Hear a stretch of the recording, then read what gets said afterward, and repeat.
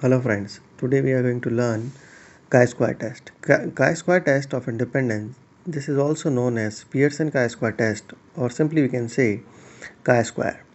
The chi-square test is basically a non-parametric statistical test, also called a distribution-free test, testing of hypothesis when the variables are nominal, as often happens in clinical research. This also provides information not only on the significance of any observed differences but also provides detailed information on exactly which categories account for any differences found. Additionally, the chi-square test is a significance test and it should always be coupled with an appropriate test of strength. Now, if you can express the data as frequency counts in several categories, then chi-square can be used to test for differences between the categories. You will also see chi-square written as a Greek letter accompanied by the mathematical symbol indicating that a number should be squared, as it is shown below. Now, how to perform this chi-square test? So, there are certain steps. In the very first step, we have to set up a testing hypothesis, that is null hypothesis and an alternative hypothesis. After setting up the hypothesis, we have to calculate the test statistic. The formula is also given here, chi-square, that is we have to first find the difference between the observed and the expected value. We have to square it, we have to divide it by the expected value, then we have to sum all the values. So this is how we have to calculate test statistic. Now the third step is finding the degrees of freedom, and we will later discuss this, how to calculate degrees of freedom. Then the next step, we have to find out the tabulated values at the given level of significance and degrees of freedom. In the next step, we have to compare chi-square and the tabulated value, that is the calculated and the tabulated value of chi-square. After the comparison, if the chi-square value, calculated value, is greater than the tabulated value, then we have to reject null hypothesis and we have to accept alternate hypothesis. And in case when tabulated chi-square value is greater than calculated chi-square value, then we have to accept H0, that is a null hypothesis, and we have to reject H1.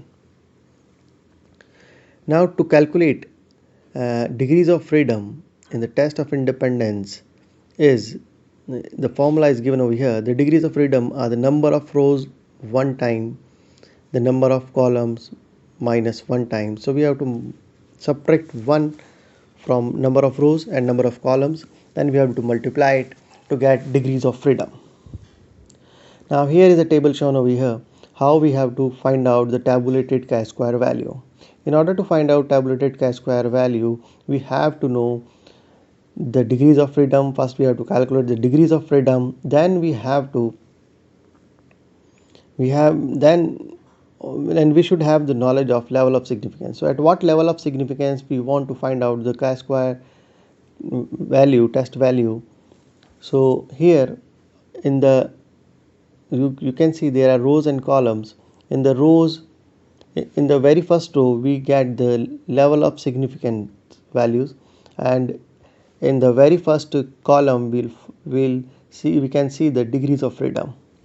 So for example, to calculate chi-square value, to find out chi-square value at 5% level of significance and at 4 degrees of freedom, we can see here 9.49 is the chi-square tabulated value. So this is how we have to see. First we have to see the degrees of freedom. 4 is there. The fourth row we have to take, and then we have to find out from the top row where level of significance 0.05 is there. Okay, so this is how we have to calculate chi-square value. Next is setting up of the hypothesis. To set up the hypothesis in the test of independence, we should have two variables. that can we can call it x and y, and to find out its relationship we have to formulate the hypothesis. Like, so by assuming that there is no relationship between the two variables are there, so null hypothesis has been formulated. And if we'll find that there is some relationship between x and y variable, then we have to call it an alternative hypothesis. So here we have to find out two hypotheses, one is null, another one is alternate. So in terms of relationship, null hypothesis will be known as there is no relationship between x and y variables, and alternative hypothesis there is some relationship or there is a relationship between x and y. Now in terms of independence or independence, we can call the null hypothesis as the x and y are independent, and x, and in the alternate hypothesis we will call it x and y are dependent. Now here is an example how we perform chi-square test for testing up of hypothesis. So you can see here in this example we have got two factors. One is a gender, another one is class. So and the table given here is classified in a cross tabulated form. So on one side we'll find the gender, and on the column side we'll find class. Okay, and the values are given there.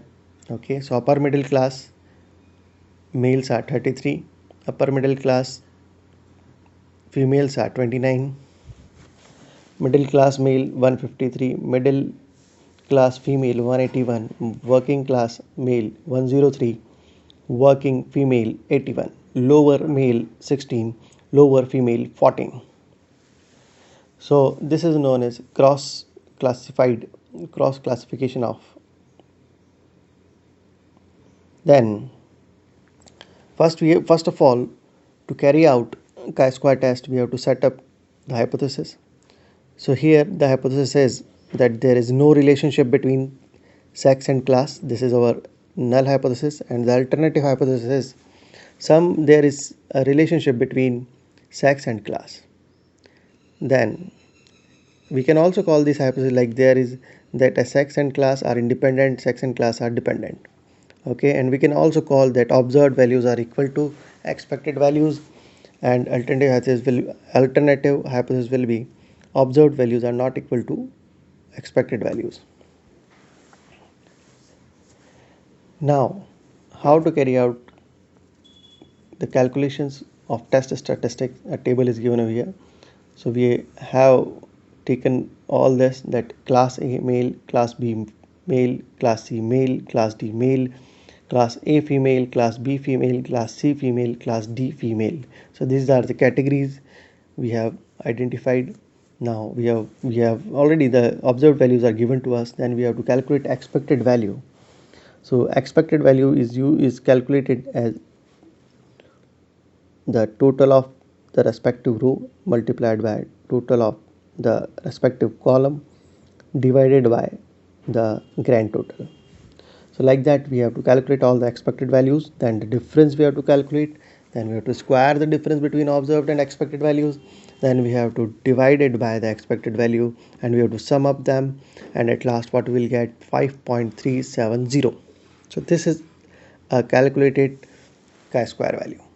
Now here the degrees of freedom is 4 minus 1 into 4 minus 1, that is 9, and the level of significance is 5%. So the calculated value is 5.370, and using degrees of freedom and level of significance the tabulated value will get 16.92.